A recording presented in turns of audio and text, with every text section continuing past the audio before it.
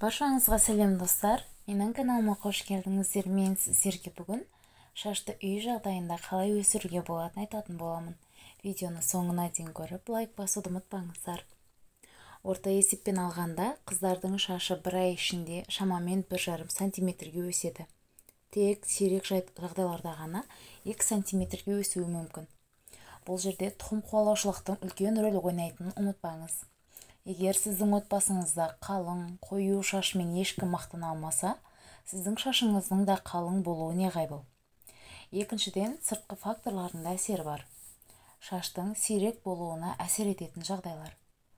Шашты жиі бояу мен тонировка жасау. Жылу арқылы шашты сәндеу. Гофре, шашқа арналған үтік, фен. Шашты қорғауға арналған заттарға мән бермеу.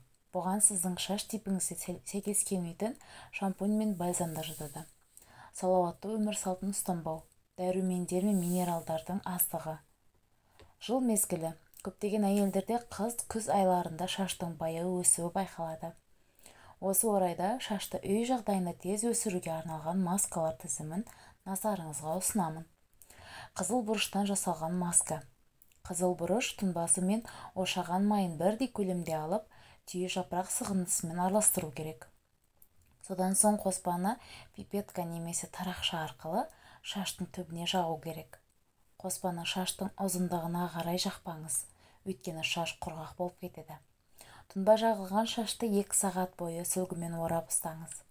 Кейде көптеген бойжеткендер бұрыштың шашты ашытпайтынын айтады. Мұндай жағдайға бұрыш тұнбасының сапасыздығы, сіздің бас теріңіздің қалыңдығы себеп болуы мүмкін. Ал кейбір нәзік жандылар бұрыштың шашты ерекше ашытатынын айтады. Егер сізде де осындай жағдай тіркелсе, майды көбірек, бұрыш тұнбасын азырақ қосыңыз. Қышадан жасалған маска. Біраз қасық қыша ұнтағын жарты қасық қант және сумен араластыру керек. Осыдан соң қоспа қаймақ секілді қоймалжың болады. Масканы тек шаштың түбіне жағыңыз. Кейін шашыңызды сүлгімен орап, шамамен 1,5-2 сағат ұстау керек. Құрамында ошаған майы жоқ болғандықтан маска тез жуылады. Алайда маскадан соң шашты қан жылым сумен ағызып жақсылап жууды ұмытпаңыз. Терде қалып қойған қыша шашыңызды одан әрі ашытуы мүмкін. Шашыңызды жуып болған соң бальзам немесе тарауды жеңілдете түсетін кондиционер жақсаңыз да болады. Пияздан жасалған маска. Пиязды үкіштен өткізіп немесе ұсақтап турайды. Дәкемен артық суын сығып, тек қою езбені алып аламыз да балмен араластырамыз. Бұл масканы шаштың ұзындығына да жағуға болады. Алайда жағымсыз иіс шығатын ескертеміз.